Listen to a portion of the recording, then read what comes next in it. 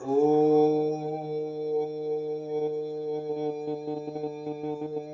भूर्भुवः स्वः तत्सवितुर्वरेण्यं भर्गो देवस्य धीमहि धियो यो नः प्रचोदयात्। उस प्राण स्वरूप, दुख नाशक, सुख स्वरूप, श्रेष्ठ, तेजस्वी, पाप नाशक, देव स्वरूप परमात्मा को हम पर्यंतरात्मा में धारण कर रहे हैं। वह परमात्मा हमारी बुद्धि, वाणी तथा कर्मों को कल्याणकारी मार्ग पर प्रेरित करें।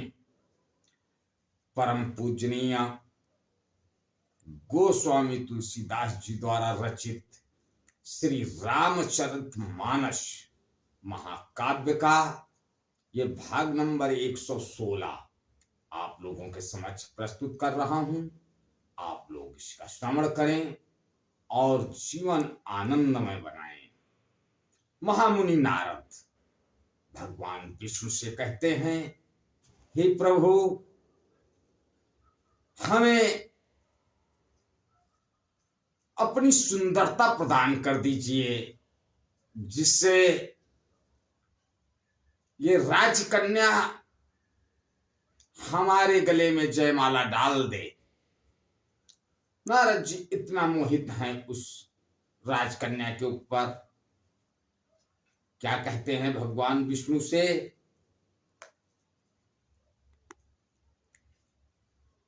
जेहि विधि होई है परम हित, नारद सुनहु तुम्हारे, सोई हम करब न आन कछु, बचन नम्र सा हमारे।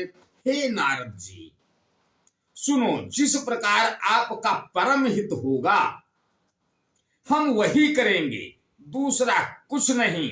हमारा वचन असत्य नहीं होता।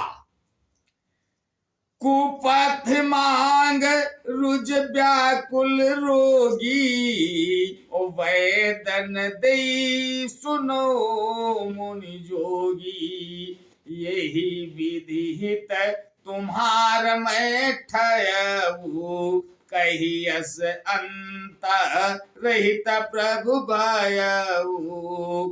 हे योगी मुनि सुनिए, रोग से व्याकुल रोगी को कुपथ मांगे तो वैद्य उसे नहीं देता। इसी प्रकार मैंने भी तुम्हारा हित करने की ठान ली है। ऐसा कहकर भगवान अंतर्ध्यान हो गए। माया विवश भये मुनि मूढ़ा, समुझी नहीं हरि गिरा निगूढ़ा, गवने तुरत तहारी सिराई, जहां स्वयं भर भूमि बनाई। भगवान की माया के वशीभूत हुए मुनि ऐसे मूढ़ हो गए कि वे भगवान की अगूढ़ स्पष्ट वाणी को भी न समझ सके। ऋषिराज नारद जी तुरंत वहां गए जहां स्वयंवर की भूमि बनाई गई थी। निज निज आसन बैठे राजा, ओ बहु बनाव करी सहित समाजा, मोनि मन हरस रूप अति मोरे, मोहित जिया नहीं बरही न भोरे। राजा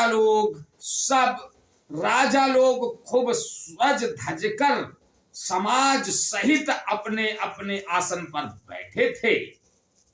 मुनि नारद मन ही मन प्रसन्न हो रहे थे कि मेरा रूप बड़ा सुंदर है, मुझे छोड़ कन्या भूल कर भी दूसरों को न बरेगी।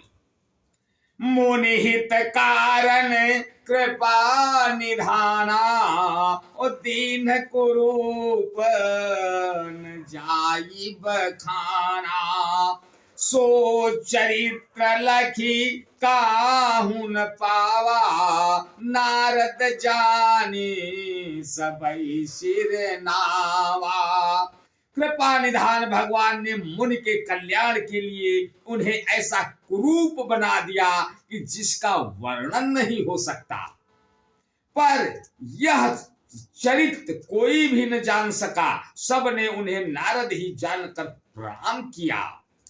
रहे तहां दुई रुद्र गण ते जा नहीं सब भीऊ। विप्रवेश देखत फिरई परम कौतुकी तेऊ। वहां दो शिव जी के गण भी थे। वे सब भेद जानते थे और ब्राह्मण का वेश बनाकर सारी लीला देखते फिरते थे। वे भी बड़े मौजी थे। आज बस यहीं तक, आगे का अगले भाग में। तब तक के लिए जय श्री राम। ओ